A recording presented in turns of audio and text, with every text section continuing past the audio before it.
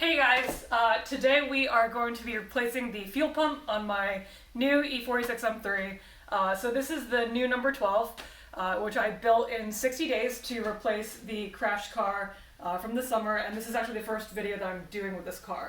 So you guys will get a closer look at this car, and we'll be doing plenty of videos throughout the year.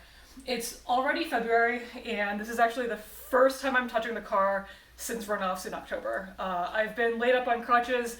They found out I still had a broken bone in my foot after Runoffs because I kept complaining of pain, and so I went back onto crutches, and I have this wonderful cast on my foot.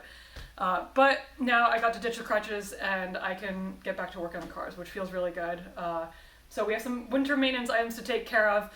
The fuel pump is really important. So the fuel pump works, it pumps fuel. It's from my old car, but in the crash, there were a lot of plastic pieces that broke apart and something didn't go back together right. The pump itself is making a little bit of weird noise. The whine is a little bit louder than usual. Sometimes it sounds like a dying animal, so it's never a good sign, and that's usually a sign that the pump itself is on its way out. There's a sensor in there that tells you how much fuel is in your car. There's a little lever in there, and it's kind of like your toilet where it balances on top. So something about that's broken because when I drive, the gas gauge is always blinking yellow, and it's telling me I don't have any fuel even though I just put 8 gallons in. And that's kind of frustrating to me when I'm driving because we're always trying to put the minimum amount of fuel in our cars for race, qualifying, anything to get to as close to minimum weight as possible because we're like 200 pounds over our minimum weight. So every little bit counts, and the last thing I want to be doing is carrying around an extra 8 gallons of fuel that I don't need to. So we're going to replace that today, and then I can know how much fuel's in my car.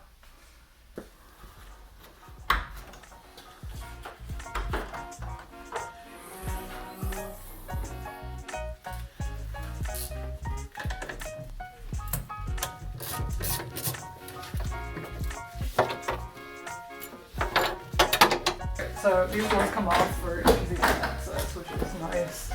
My fancy little doors.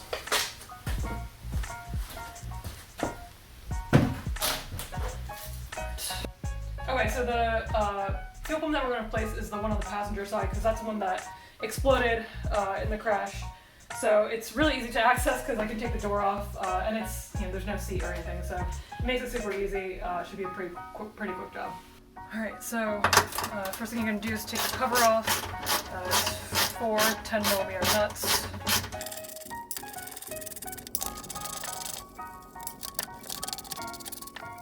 We're going to take off, so this is my fire suppression system, but we're going to take this off and disconnect the tube and make this easier to take off. So this is one of those, you push it forward, slide to the edge. That. So next, we're going to take both the tubes off, and actually this one's going to be kind of hard because I have a broken tab. Let's remove these 2 lines.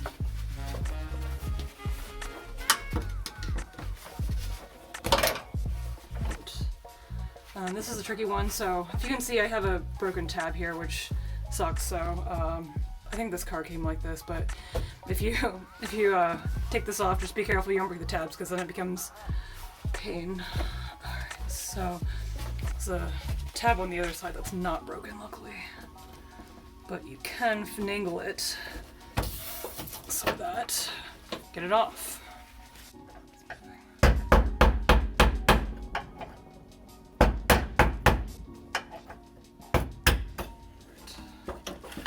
This is all pretty easy because I did this all a couple months ago when we were building this car.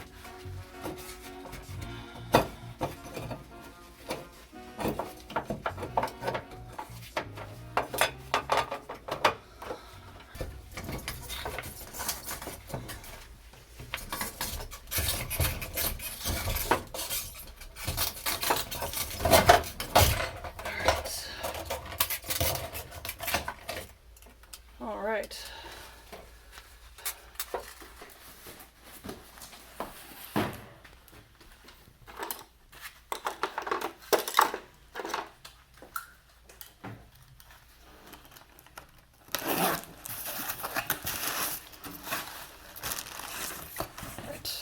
New fuel pump.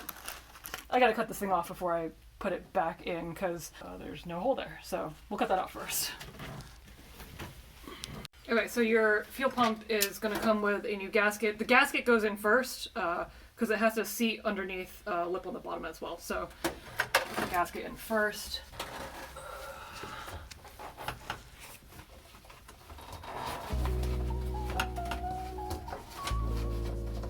Nice and seated, and then we hold this nice and flat.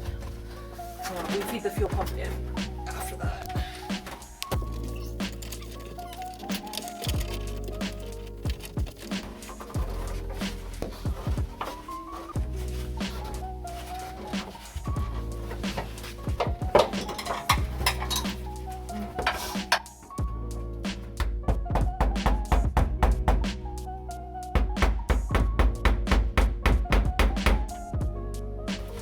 So with the ring secure, then we'll fasten the lines back on.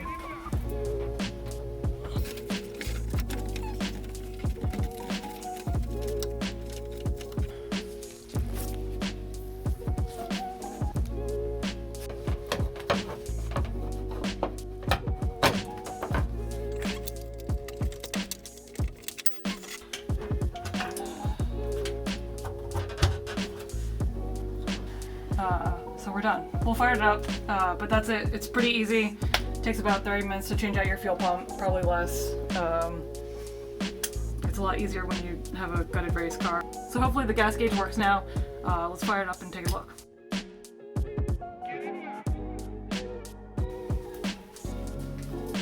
Put the battery back on, and then should be good to go.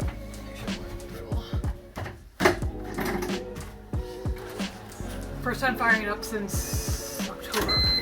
Oh my god, my wipers are still on and everything. Here we go.